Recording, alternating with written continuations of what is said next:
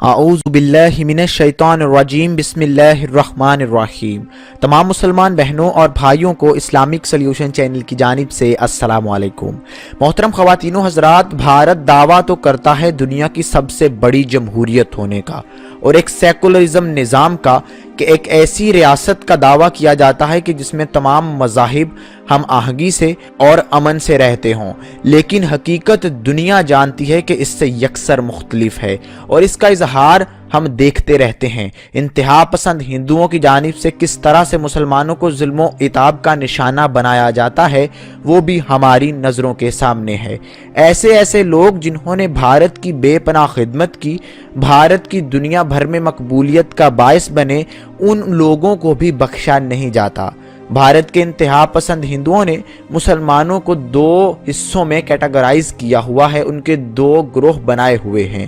ایک گروہ ایسا جس کو اچھا مسلمان کہا جاتا ہے اور دوسرا گروہ ایسا جس کو برا مسلمان کہا جاتا ہے۔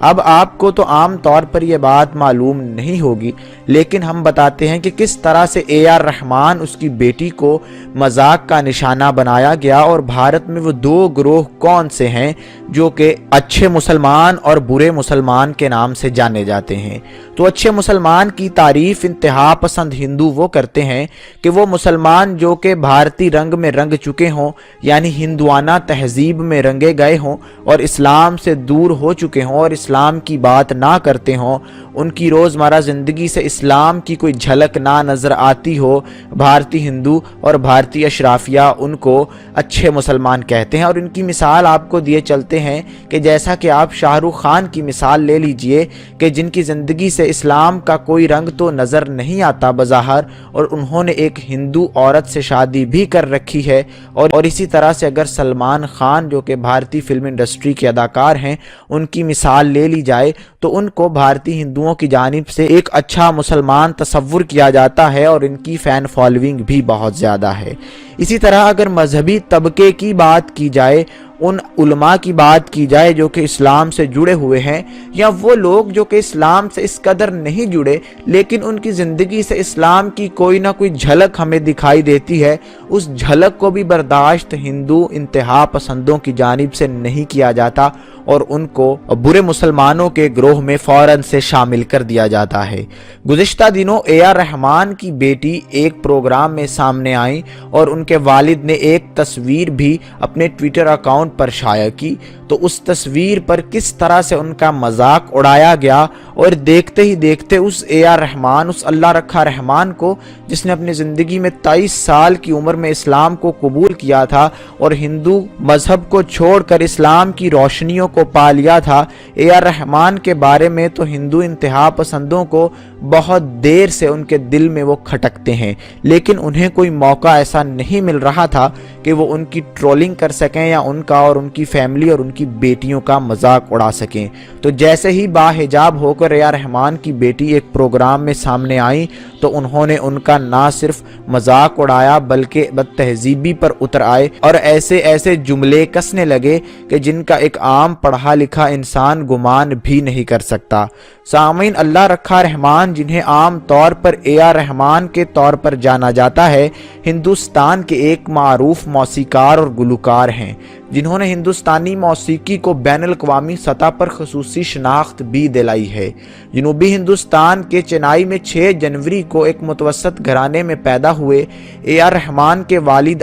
کے شنکر کیرالا فلم انڈسٹری میں تامل اور دیگر زبان کی فلموں میں موسیقار تھے۔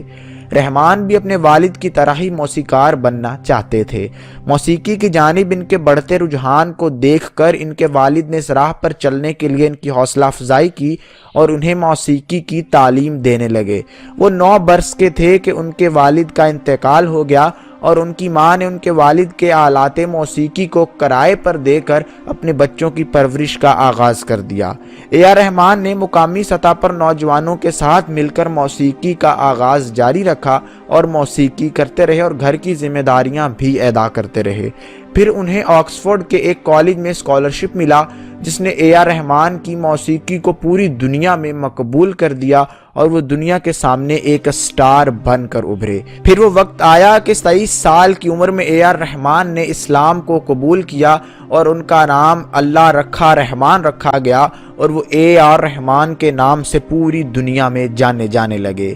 اے آر رحمان کا کہنا ہے کہ ان کے لیے اسلام کا مطلب سادہ طریقے سے زندگی جینا اور انسانیت اہم ترین ہے۔ انہوں نے اپنے ایک انٹرویو میں کہا تھا کہ اسلام ایک سمندر ہے، اس میں 70 سے زیادہ فرقے ہیں۔ میں صوفی مسلک پر عمل کرتا ہوں جس میں محبت کو بڑی اہمیت دی جاتی ہے۔ جو بھی ہوں وہ اسی کی وجہ سے ہوں اور اسی پر میں اور میرا خاندان عمل پیرا ہے۔ انہوں نے واضح الفاظ میں تمام دنیا کو بتا دیا کہ وہ ایک ہندو گھرانے میں پیدا ہوئے تھے، تاہم جس علاقے میں وہ رہتے تھے وہاں پر مسلم آبادی بھی موجود تھی، جس کی بدولت ہمیں یہ موقع ملا کہ ہم دونوں مذاہب کے تہواروں میں حصہ لے سکیں۔ انہوں نے بتایا کہ ان کی والدہ صوفیزم کی پیروکار ہیں، جس کی وجہ سے میں اسلام کی جانب راغب ہوا۔ اے آر رحمان نے کہا کہ اسلام ایک سمندر ہے، میں نے صوفیزم کے فلسفے کو اپنایا جو کہ صرف محبت پر مبنی ہے، جبکہ آج میں جو بھی ہوں اپنے اسی فلسفے کی وجہ سے ہوں۔ سامعین، یہاں پر آپ اس بات کو نوٹ کیجئے کہ صوفیزم اسلام کا وہ مسلک ہے۔ اسلام کو ماننے والے وہ لوگ صوفیزم پر بیلیف کرتے ہیں جو کہ صرف اور صرف محبت کا درس دیتے ہیں۔ یہ لوگ اپنے آپ سے نفرت کرنے والوں کو بھی اپنے سینے سے لگاتے ہیں اور کوئی کتنی ہی بری سے بری بات کیوں نہ کر جائے، یہ لوگ پھر بھی اس کا برا ایسج نہیں مناتے اور ان لوگوں کو صحیح راستے پر لانے کے لیے اظہار ہمدردی کرتے رہتے ہیں۔ تو اے آر رحمان واضح طور پر بار بار بتا چکے کہ وہ صوفیزم کے پیروکار ہیں، وہ کسی سے نفرت کے قائل نہیں، ان کا کام محض محبتیں بانٹنا ہے۔ لیکن وہ لوگ جو کہ نفرتوں کے پجاری ہوں، جو کہ فساد کو اچھا سمجھتے ہوں، جن کی زندگی کا مقصد ہی اس سرزمین پر فساد پھیلانا ہو، آخر انہیں محبتیں کیسی اچھی لگ سکتی ہیں؟ تو ایسے ہی لوگوں نے، انہی انتہا پسند ہندوؤں نے اے آر رحمان کو ٹرولنگ کا نشانہ بنایا، خاص طور پر ان کی بیٹی کے حجاب پر طرح طرح کے جملے کسے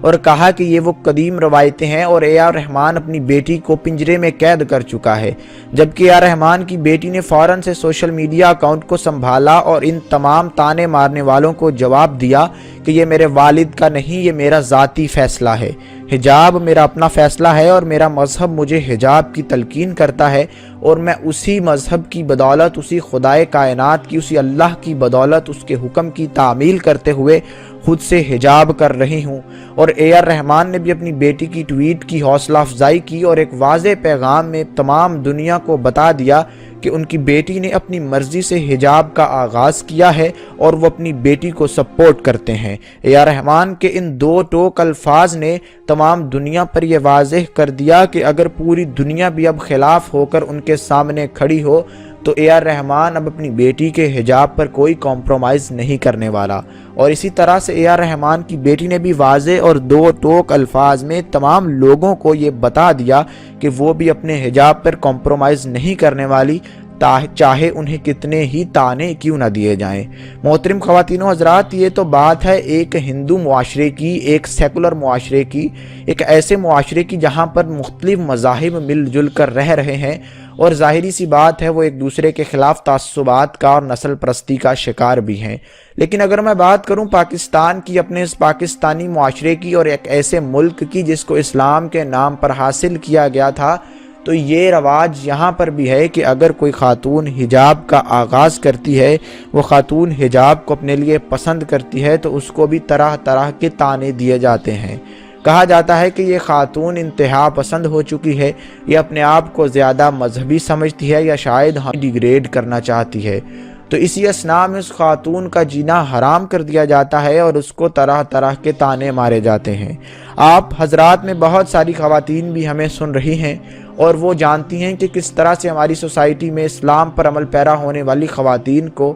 تانے مارے جاتے ہیں اور ان کو تعصب کا نشانہ بنایا جاتا ہے۔ اگر آپ میں سے کسی خاتون کے ساتھ ایسا واقعہ پیش آیا ہے تو ہم ان سے بھی اپیل کرتے ہیں کہ وہ ڈرے نہیں اور کھل کر اپنے واقعے کا، اپنی کہانی کا اظہار ہمارے کامنٹس میں کریں تاکہ ہم اس کو سپاٹ لائٹ میں لے کر آئیں اور ایک شعور اور ایک فہم اور ایک آواز ان لوگوں کے خلاف بلند کر سکیں جو کہ ہماری خواتین کو صرف حجاب کرنے کی وجہ سے تعصب کا، تنقید کا اور بلا وجہ تنقید کا نشانہ بناتے ہیں۔ اس ویڈیو کو بنانے کا مقصد یہ تھا کہ آپ رحمان کی اس بہادری کو جانچ لیں، پہچان لیں کہ کس طرح سے ایک والد نے اپنی بیٹی کے حجاب کے لیے پوری دنیا سے ٹکر لی، حالانکہ انہیں معلوم ہے کہ ان کا انجام اور لوگ ان کو کس طرح کے تانے ماریں گے، لیکن انہوں نے اللہ پر یقین رکھتے ہوئے اپنی بیٹی کا ساتھ دیا اور انہوں نے اللہ سے ڈرنا قبول کیا بجائے ان لوگوں کے۔ اسی طرح آپ سے بھی اپیل ہے کہ اس پیغام کو اس ویڈیو سے اخذ کیجیے اور اللہ سے ڈریے، نہ کہ ان لوگوں سے۔